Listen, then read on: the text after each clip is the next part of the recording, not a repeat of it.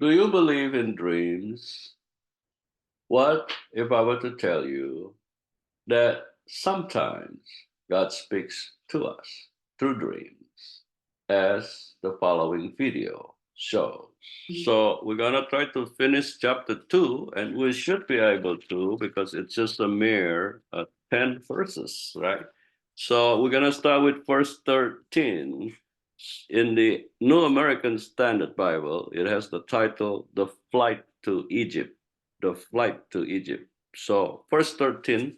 Now, when they had gone, behold, an angel of the Lord appeared to Joseph in a dream and said, Get up, take the child and his mother, and flee to Egypt, and remain there until I tell you, for Herod's going to search for the child to destroy him.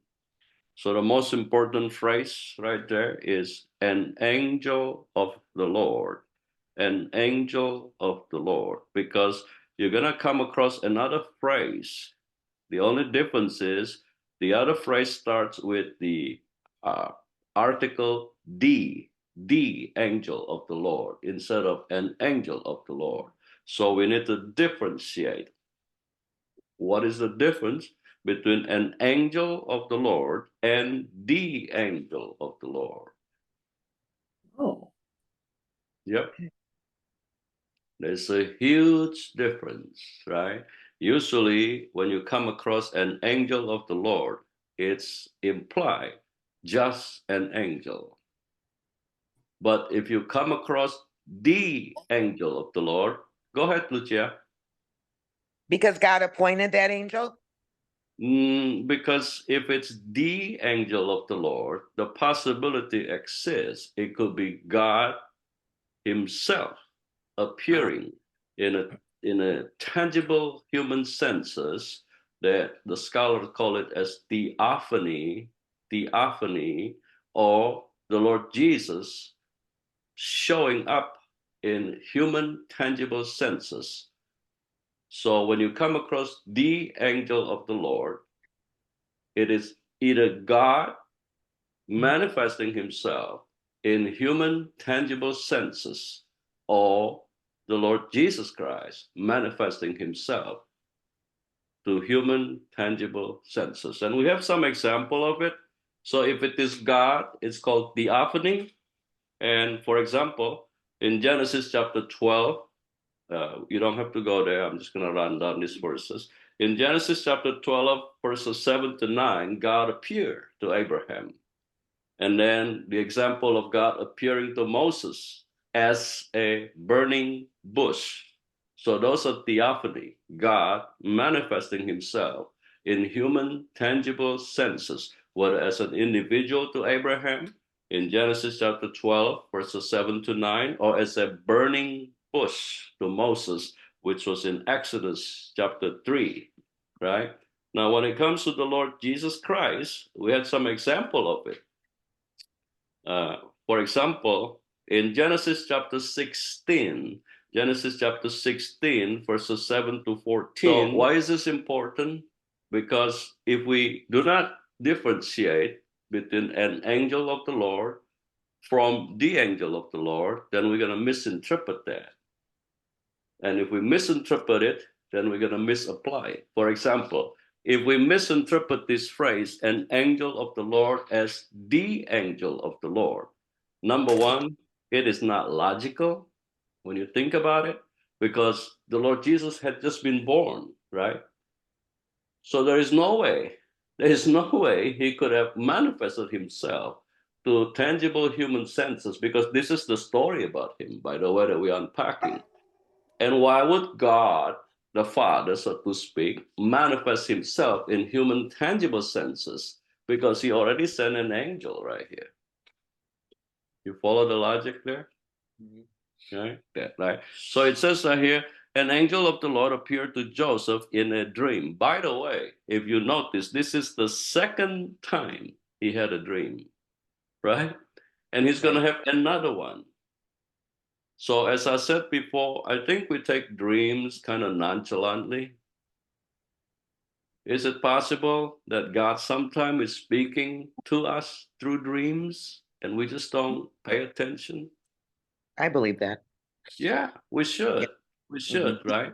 So here's an example. When you think about this, in chapter 1, he had a dream. In chapter 2, he had two dreams. Hmm.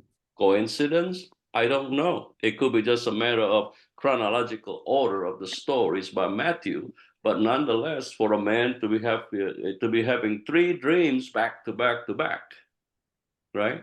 So it says right here, get up. Notice the urgency. Get up. Get up now. That's basically what the angel is saying. Notice the specifics. Take the child and his mother and flee to Egypt.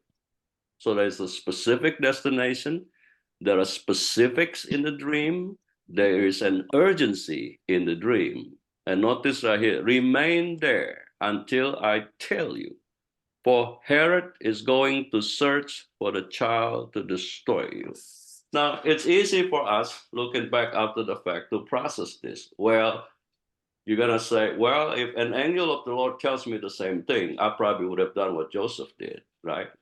My answer to you would be not necessarily, especially if you've never experienced a dream like this, right? So what makes the difference? That's the question we need to ask ourselves. What makes the difference right here? Well, because he had a dream before in chapter 1. You follow what I'm saying? Right. So based on his experience in the first dream, he didn't, kind of question. He just simply obey. As a matter of fact, right here again is spotlighted by Matthew, Joseph's obedience, right? Hmm. But that's specific right there. Remain there until I tell you. For Herod is going to search for the child to destroy him. That's going to become handy when we unpack the remaining verses. Okay? So notice in verse 14. So Joseph got up, took the child and his mother while it was still night, and left for Egypt. Why? Why did he do this while it was still night?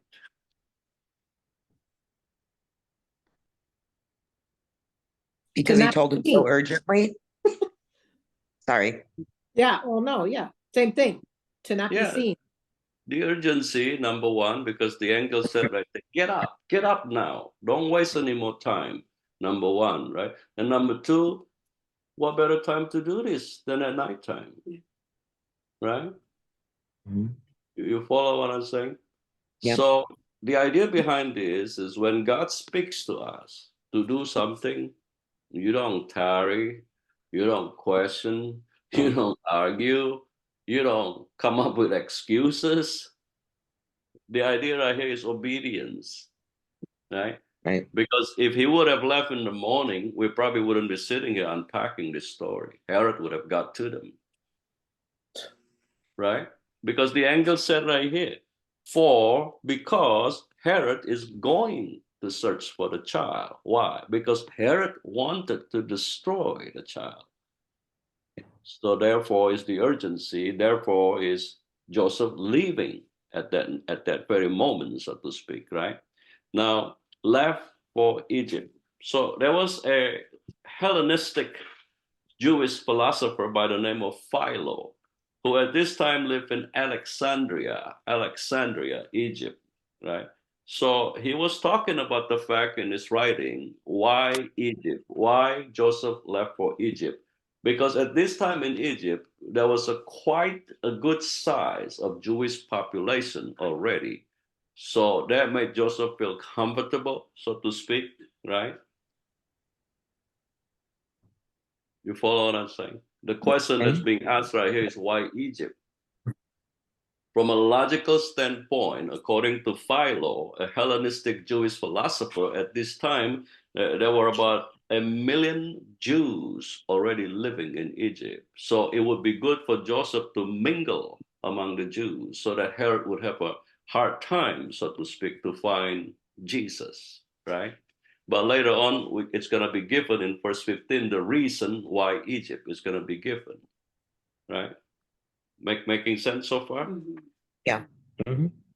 Now, in 15, it says, he remained there until the death of Herod. So the question to be asked is, how did Joseph know Herod died? Yeah. An angel? Yes, dream?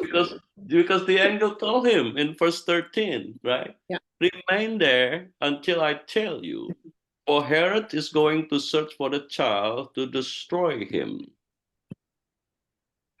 You follow what I'm saying? So he remained there, Joseph and Mary and Jesus remained there in Egypt until the death of Herod. And then the explanation is given right here. This was to fulfill what had been spoken by the Lord through the prophet. Out of Egypt I call my son. So that prophecy comes straight from Hosea. Hosea chapter 11, verse 1. So again, right here, you see time and time and time again. When it comes to the New Testament, the writers and authors of the New Testament would quote prophecies from the Old Testament to substantiate their writing, to give proof to you and I that they didn't just have these thoughts out of the blue, so to speak, right? Making sense so far? Right? Now, what is interesting about Egypt right here is also the fact that Egypt was a Roman province at this time, outside the jurisdiction of Herod the Great. Coincidence? I don't think so. See, right here is an example again of God's hands upon Joseph and Mary and Jesus. Of all the places that he would go to Egypt, perhaps Joseph knew that Egypt was not under the jurisdiction of Herod the Great, perhaps. But it is very clear, according to this prophecy by Hosea, Hosea chapter 11, verse 1, where it is quoted by Matthew right here, out of Egypt I call my son. Perhaps Joseph was aware of this prophecy, as any Jew would be, any Orthodox Jew will be well versed, so to speak, in biblical prophecy, right? Put yourself in Joseph's shoes. You've been entrusted with this responsibility of caring for the Son of God. And you're going to do everything in your power, so to speak, to make sure that Jesus is safe. Right? Making sense so far? Mm-hmm. Yep. So moving on to verse 16, then when Herod saw that he had been tricked by the Magi, he became very enraged and sent and slew all the male children who were in Bethlehem and all its vicinity from 2 years old and under, according to the time which he had determined from the Magi. By the way, if I've never mentioned this to you before, the Bible is full of this terminology called type, Type, type. So type is like a prefigure, maybe that's the right other synonym to use. So Herod right here is a type of Satan himself. If you go back to Genesis chapter 3, verse 15, right, following the fall, Adam and Eve sinning against God, God made a pronouncement, a curse, so to speak, to the serpent. Remember that? Mm-hmm. God said, from now on, you're going to crawl on your belly and you're going to eat the dust of the earth. And then he said to both the serpent and to Eve, to the serpent, he said basically, you're going to try to nip at the ankle, so to speak, of the foot of the offspring of Eve.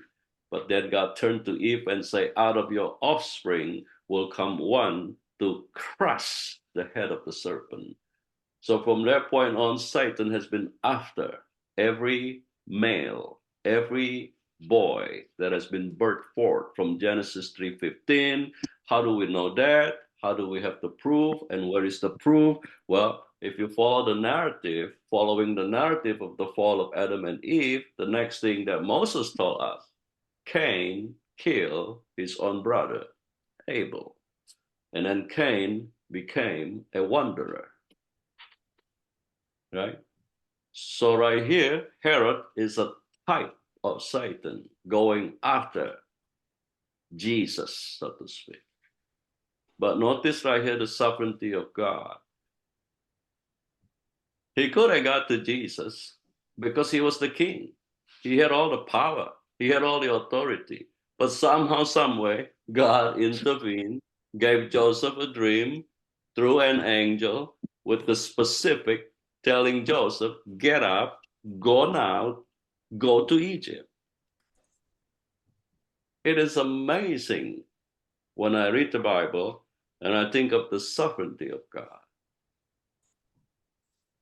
Now, early on, Joyce was asking me the question, what do I think about Iran shooting all those drones to Israel, right? If we if we're not careful in processing current affair like that, we're gonna get discouraged. But the Bible tells us again and again and again, God is never caught by surprise, number one. Number two, what he promised to Abraham in Genesis chapter 12, he's gonna carry out. Abraham, whoever blesses you, I will bless. Whoever curses you, I will curse. You can count on the fact that if God made that promise, he'll carry it out, right? So that's a good rabbit trail about the hands of God, the intervening hands of God in our daily life, personally, or as a nation when it comes to the Jews and Israel, right? So far, so good. So it says right here, Herod saw that he had been tricked by the Magi. Don't you get a sense of humor here from God? Right? He, so to speak, paid this Magi to tell him where this baby Jesus is. And now they just left him hanging in limbo. Joyce? I don't know why this matters, but it's just making me think. I wonder if Joseph and Mary, when they were in Egypt, heard that after they had left, that all these baby boys were killed. I wonder if Yes, they knew of that or heard of that. that's a good possibility because of this prophecy, right? Not only by Hosea chapter 11, verse 1, but also the prophecy in this verse 17 and 18 by Jeremiah. And we'll talk about that when we get there. But this story has been told a lot from many angles, except from maybe the fact that if I was a preacher, this is an excellent topic. And one of the title would be, Before Jesus Can Save the World, Jesus Must Be Saved Himself. Yeah. Which is very true, right? Saving the Savior will be a title that I would use right here. Follow what I'm saying, right? But notice I had a sense of humor. Herod paid the Magi, and the Magi took his money, never came back to tell him. But right here also, this word enrage, it all the more prove what historians have written about this Herod the Great.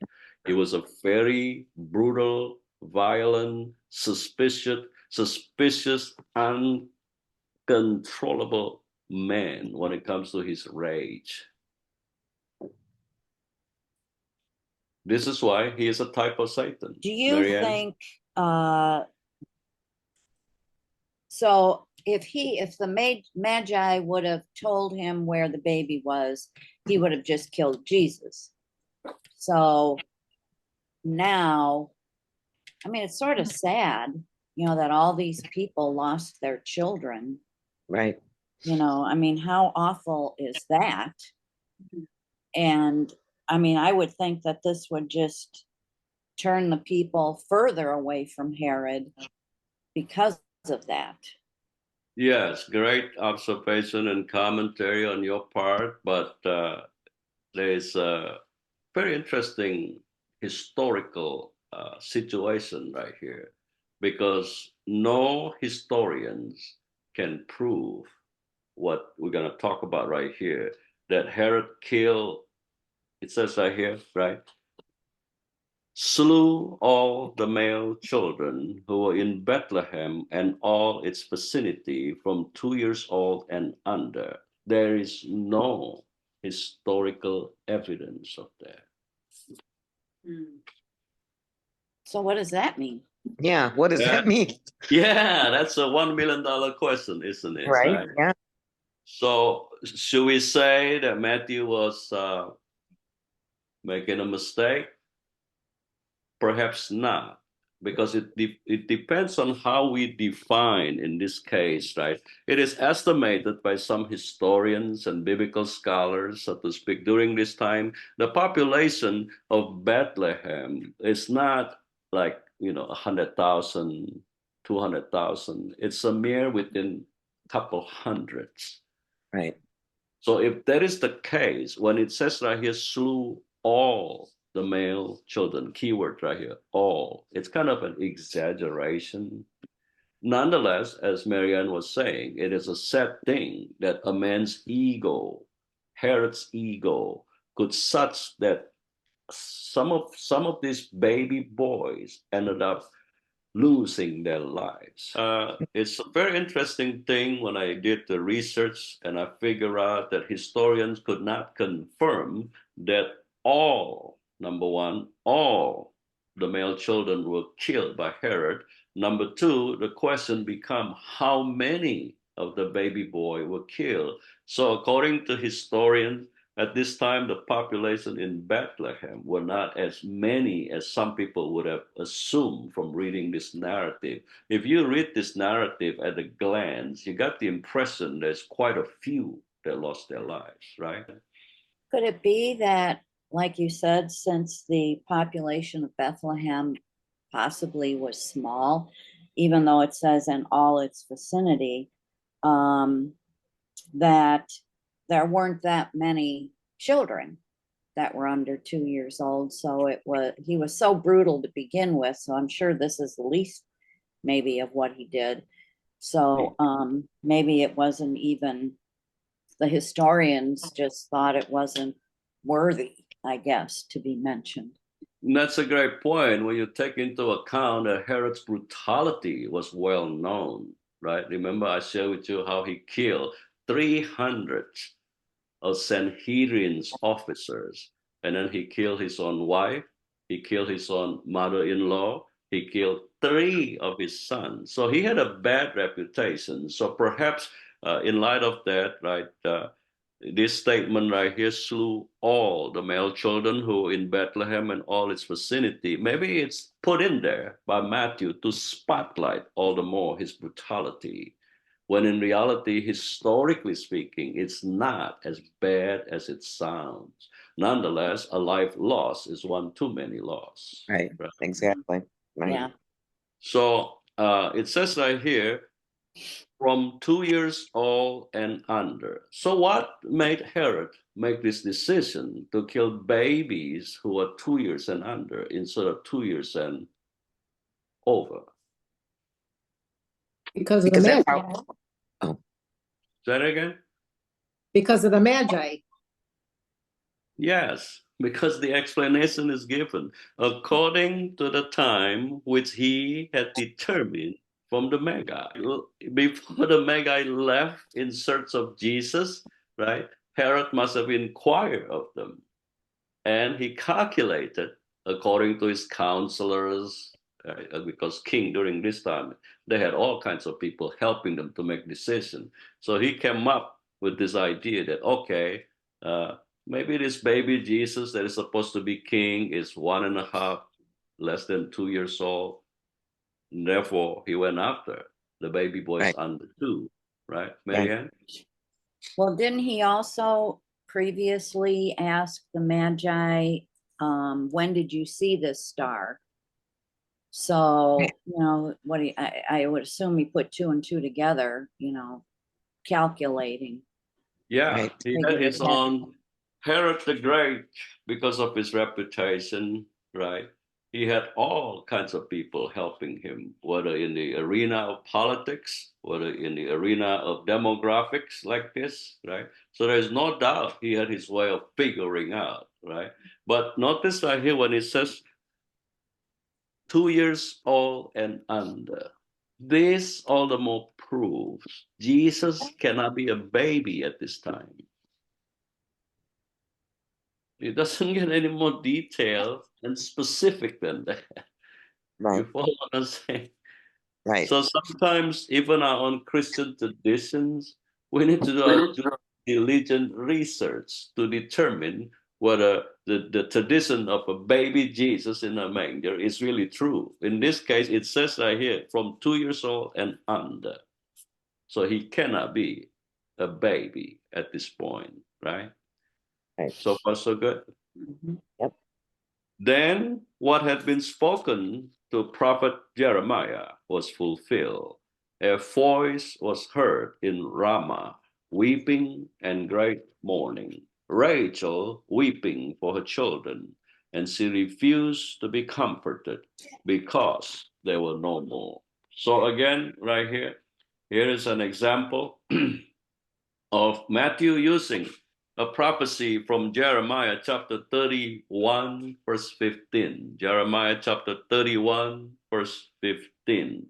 So the prophecy by Jeremiah originally, when he spoke that prophecy, was about the mourning of Israel's mothers during the conquest and the captivity of the nation. So that prophecy originally was spoken by Jeremiah, addressing, so to speak, the mothers who were about to lose their own children because they were about to be taken captive. But isn't it interesting, right? A prophecy that had happened during the time of Jeremiah. Matthew is using it right here to substantiate his narrative about Herod killing all the male child under 2 years old. Marianne? It's funny because, I've said before, I'm reading Jeremiah, and when I read this, I did not put those together. I thought they were weeping because they were going to be exiled to Babylon, and most of them were going to be killed. So I did not put this with that. That's interesting. Yeah, so the use of the name Rachel right here, when it says Rachel weeping for her children. So Rachel was used by Matthew right here to represent the mothers in Bethlehem and the vicinity of Bethlehem who would have lost their child because of Herod's rage, right?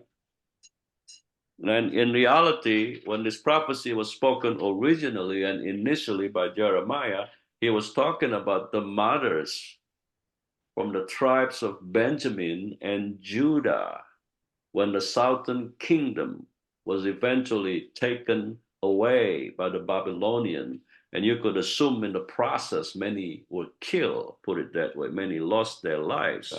Of the two nations that the Jews, the Israelites, dreaded, number one, the Assyrian, number two, the Babylonians, because of their brutality when it comes to their captives. To give you an example, the Assyrian, for example, they were known when it comes to how they treated their captives. If you happen to fall victim to them and got conquered by them, what they would do is they would literally blindfold you, tie your hands behind your back, and then they would dig holes in the sand, and then they would drop you into that hole, and then they would either cut your tongue, slash your face, so that you would bleed, and then these flesh-eating birds would stoop down and eat you alive. That's one of the examples of the brutality of the Assyrians. The Old Testament gave us an example of brutality of the Babylonians. They will gouge your eyes out. They will put a ring on your nose, and they will drag you like they were dragging animals. Yeah. What is interesting right here is this word Ramah. The name of this place, Ramah. It actually means loosen, loosen, loosen. Isn't that something, right? A prophecy of mothers losing their child. It's kind of encoded, if you want to put it that way, even in the meaning of the name of the place, Ramah. That just to show you, as I always say again and again and again, if you had the opportunity to study the meaning of names in the Bible, what are names of peoples or places, the meanings of those names themselves tell you a story, right? So far, so good here? Yes. So, 19, but when Herod died, behold, an angel of the Lord appeared in a dream to Joseph in Egypt. So, this is the third time Joseph had a dream. And notice also the specifics of this dream. It's almost like the angel followed Joseph to Egypt. Every step is directed by God, right? It says right here, when Herod died, when Herod died, right? We talk about the fact right here in verse 15, Joseph remained there until the death of Herod. So right there, it matches, right? So in verse 19 right here, when Herod died, behold, an angel of the Lord appeared in a dream to Joseph in Egypt, said, get up, take the child and his mother, go into the land of Israel, for those who sought the child's life are dead. Just a Joyce? quick question. Do we have any idea what that time frame was? Is there any understanding of that? It's very Like, were they there for difficult to really pinpoint the time frame. We know for a fact that because it says right here in verse 16, right, from 2 years old and under, from 2 years old and under. And when you take into account the traveling time, so to speak, from the time Joseph took Mary and Joseph to Egypt, some scholars put it that way, they estimated it must have taken Joseph 3 to 4 days to journey from Bethlehem to Egypt. Yeah. So the fact that it says right here, 2 years old and under, and when you take into account the time it took for the Magi to travel from the east, Babylon, that's the assumed place when it says the east, to where they were in Jerusalem and Bethlehem. So it cannot be too long. It cannot be too long after the pursuit of Herod to kill Jesus, after what Herod did right here, slaying all the male children who were in Bethlehem and its vicinity. So it's almost like all these things that we are unpacking, they're happening so fast, so soon, one after another. But that's a How good long were question. they in Egypt, though? Well, I was wondering, how long do they estimate that Jesus, Mary, and Joseph were in Egypt before they came back to Israel? Before I Herod died? wouldn't, yeah, I wouldn't say it's too long. I wouldn't say Okay. it's too long. Yeah. But that's a good question. Those are the kinds of questions that help us, so to speak, to want to get more diligent in studying the Bible, in interpreting the Bible, right? So notice right here, it says the same thing. If you compare verse 20 to verse 13, get up in verse 13, take the child and his mother, flee to Egypt. Verse 20, get up, take the child and his mother, go into the land of Israel. The only difference is the first appearance of the angel, he was telling Joseph to flee. The second appearance is to come home, so to speak. Right? So that goes to show you again, what God starts, he finishes. So whatever God is starting in your life right now, do not doubt that he will bring it to completion. Here's an example right here. What God starts, he finishes. Very simple. The problem for all of us is waiting for God to finish what he starts. Right? And therefore, like Joyce was asking, when it comes to the timeline, right? It's challenging, isn't it? When we're waiting for God to finish what he starts. We want it like yesterday. Right? But take good heed that he's gonna do it in his time, and he's gonna do it in his way, no matter how illogical it may sound, right? So moving on, verse 21. So Joseph got up, took the child and his mother, came into the land of Israel. Again, here's the obedience back to back, twice in a mere 7 verses, is spotlighted by Matthew. Why is this important? Just think about it. If the Christian men who are fathers would spend time reading these verses, don't you think it would help them to become a better father, a more responsible father, a more responsible husband, right? But it's a very unfortunate thing. We have a lot of missing father figure in families. Where are they when their wives and children need them? Suppose this narrative is taking place in the community where we live, but the father figure was not there. How tragic. You follow what I'm saying?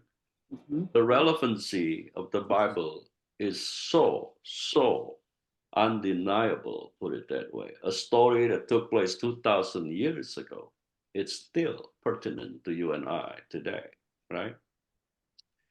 22, but when he heard that Archelaus was reigning over Judea in place of his father Herod, he was afraid to go there. Then, after being warned by God in a dream, he left for the regions of Galilee. So, is this the 4th dream? Yes, right? So 4 times, 4 dreams back to back. Now you must know this is God. If you miss the first dream, it's understandable. If you miss the second dream, okay, we'll give you the benefit of the doubt. You cannot miss this after 4 dreams back to back, as detailed, as specific as dreams are, as these dreams are, right?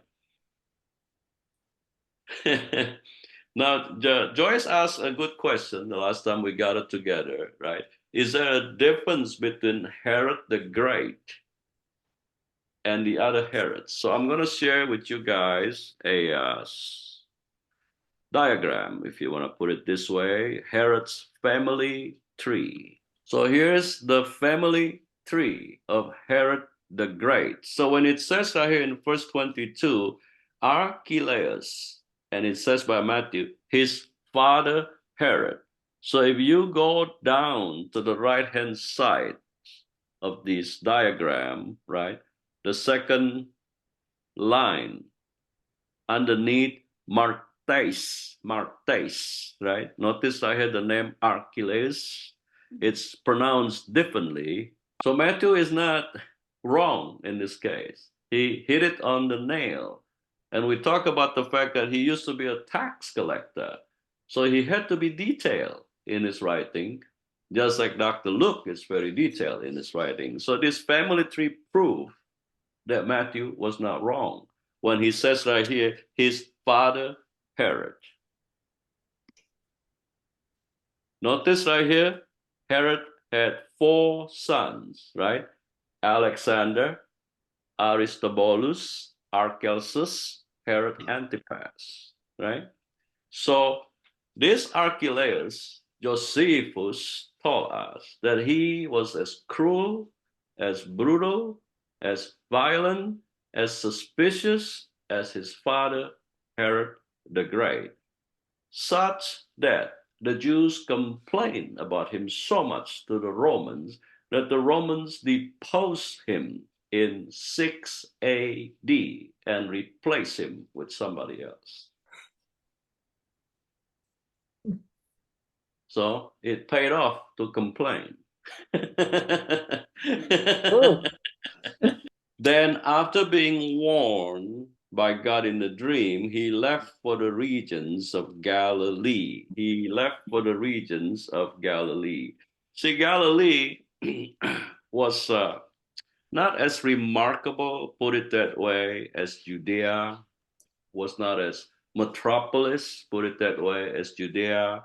So Joseph felt it was safer, so to speak, for him to take Mary and Jesus to the regions of Galilee. And it says in verse 23, came and lived in a city called Nazareth. This was to fulfill what was spoken to the prophets, plural, prophets.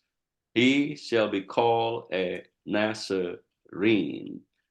So Right. again, you see the step-by-step direction, the hands of God, whether directly or indirectly. In this case, 4 dreams in 2 chapters, 3 dreams in this chapter alone, especially starting from verses 13 that we begin to unpack tonight. When you think about this, right, from verse 13 to verse 23, 3 dreams were written by Matthew as in regards to God's hands, God's direction, God's guidance, God's protections, God's deliverance.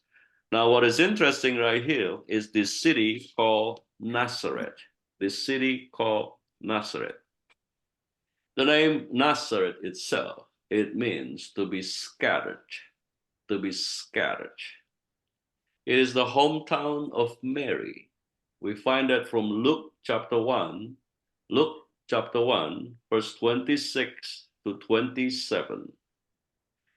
So Nazareth, as it's apparent, if you connect the last statement of verse 22, the regions of Galilee, and then the beginning of verse 23, came and lived in a city called Nazareth. So Nazareth is in the regions of Galilee, right? But Nazareth had a bad reputation. Nobody wanted to be associated with Nazareth at this time. As a matter of fact, in John chapter 1, verse 46, John chapter 1, verse 46, there was a story about Jesus being approached by Nathanael. But prior to Jesus being approached by Nathanael, Jesus saw in a vision, if you want to put it that way, Nathanael sitting under a fig tree. But when Nathanael came to Jesus, and in the dialogue, conversation he had with Jesus, he basically made a sarcastic, mocking statement. Can anything good come out of Nazareth? Wow. Such was the reputation of the city called Nazareth. But isn't it interesting that God, in his wisdom, would have his own son growing up? Of all the cities, a city like Nazareth, known for nothing good to have come out of it. What a paradox. What an irony, right? But that's the kind of God he is. It is the nobody, nameless, faceless that he's looking for. Just like this city, so to speak, Nazareth, right? Nazareth, right? Now, what is interesting right here in this verse, it says right here, to fulfill what was spoken through the prophets. But Matthew did not give us a detail this time. He didn't give us the specific which prophet. Why is that? Why is Matthew not giving us a specific right here? Is he missing out on something, or is this intentional, Marianne? Maybe there were more than one prophet that gave this prophecy. And, he just didn't mention all of them. Yes, yes, you're right in the sense that there are more than one prophets that had prophecies or had spoken about prophecies concerning the city Nazareth, right? Now, the connection and the answer is given in this word Nazarene. When it says right here at the end of this verse, he shall be called a Nazarene. Because what Matthew is doing right here is making a connection between the city of Nazareth and a Nazarene. Now, the word Nazarene and the word Nazareth, there's a Hebrew word, there is the root word. And the root word right here is Nasir, N-A-C as in zebra, I-R, Nasir. Nasir basically means a branch, an offshoot, a branch or an offshoot. So this is again to fulfill the prophecy. If you remember, there was a prophecy in the Old Testament, right, about Jesus as an offshoot, as a branch. So Matthew is basically giving us a big picture without giving us the details. And how do we know Matthew is correct? How do we know that Matthew is right? Because Jesus Christ himself in Acts chapter 22, verse 8, in Acts chapter 22, verse 8, when he showed up to the great apostle Paul, so to speak, right? He introduced himself to the great apostle Paul as I am Jesus of Nazareth. Nazareth. Yeah. Right. So Matthew is not wrong, right? And another angle to interpret this is it is when people least expect it out of a city that is known for nothing good to come out of, like Nazareth. Something best came out of it. The Savior of the world grew up in a city known for nothing good. This is all about to spotlight his humanity, his humanity. Just think of the child Jesus at the age that he was, living in a city like Nazareth, known for nothing good. And yet, day in and day out, night in and night out, just like his father Joseph. He was obedient. He did what he was requested by his parents. He did what he needed to do as a child growing up. This is what is intended by Matthew to give you and I a glimpse of how Jesus grew up. What is the idea of these verses to you? Well, if you were to summarize these 10, 11 verses in one statement, what would it be? Obedience. Obedience. I was just going to say that. Yeah. Right? But let's bring it home in a more applicable way. Aside from obedience, don't you think we need to take our dreams a little bit more seriously? Is it possible God has been speaking to you through dreams? Right? And we're just not paying attention. It is possible, Marianne. My son bought my two granddaughters like a journal book that they keep by their bedside, and when they wake up in the morning, they write their dreams down. And then every Sunday he sits down with them and goes through the dreams and puts a new light or a light on what the dream was about. I thought that was pretty cool. Yeah, that's very cool. Yeah. If I were to tell you that there's a prevailing belief that if you were to write down your dreams in the morning, the chances of the dreams coming true are more likely, would you believe that? Mm.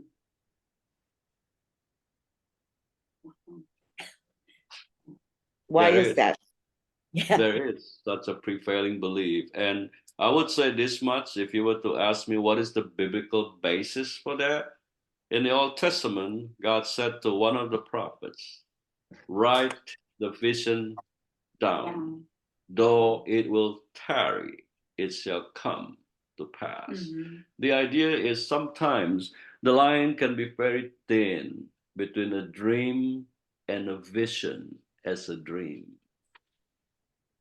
Mm. When you really think about it, when you dream about something, really are seeing that dream, aren't you? Somehow, somewhere, spiritually speaking, Right, right. What about right? Say that again. what about nightmares? No, well, we don't want to talk about nightmares. I don't want those to come true. Well, We don't want the those to reason, come true. No. Write those down.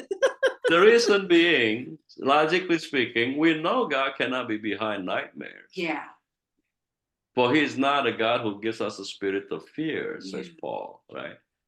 But a spirit of sound mind, of love, of peace, and of sound mind, right?